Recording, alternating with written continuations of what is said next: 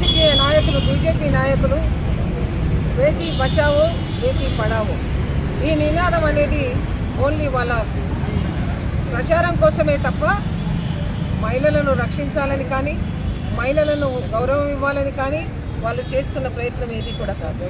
మనం చాలాసార్లు చెప్పుకున్నాం, ఈ బీజేపీ పాలిత ప్రాంతాలలో, రాష్ట్రాలలో జరుగుతున్న అన్యాయాల గురించి, అక్రమాల గురించి. దాదాపుగా 45 మంది ఎమ్మెల్యేలు ఇలాంటి సంఘటనలు చేసి కూడా ఆ ప్రభుత్వంలో కొనసాగడం జరుగుతుంది. మెరోల్స్ ఇవ్వడం, వాళ్ళకి క్షమాభిక్షలు పెట్టడం, వాళ్ళని కాపాడడం, వాళ్ళ భుజాల మీద చేతులు వేసుకొని తిరగడం మోడీ గారికి అలవాటైపోయింది. ఇవాళ ఈ రాష్ట్రంలో, సుభిక్షంగా ఉన్న ఈ రాష్ట్రంలో మహిళలను కాపాడాల్సిన బాధ్యత నాకుంది. మహిళలందరినీ కూడా కోటీశ్వరులు చేయాలనే ఆలోచనతో ఉన్న మా ముఖ్యమంత్రి గారు రేవంత్ రెడ్డి గారి పాలనలో ఇవాళ ఒక కేంద్ర మంత్రి మరి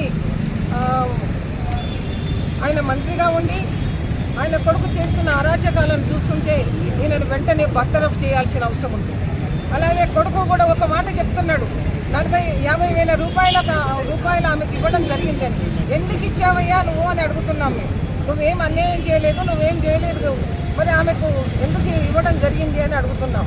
ఇవన్నీ కూడా చూస్తుంటే తప్పకుండా ఆయనను కూడా భగీరథను అరెస్ట్ చేయాల్సిన అవసరం ఉంది. కేంద్ర ప్రభుత్వం ఏదైతే మోడీ గారు ఇవాళ పెద్ద పెద్ద మాటలు చెప్తున్నారో ఆ మాటలన్నీ బూటకపు మాటలని మనకు తెలియజేస్తున్నారు. ఇవాళ మేము ఆయనను ఒకటే కోరుతున్నాం, నీకేమైనా కూడా కొంచెమైనా కూడా మహిళల మీద గౌరవం ఉంటే వెంటనే కూడా ఆయనను బర్తరఫ్ చేయాల్సిన అవసరం ఉంది సంజయ్ని.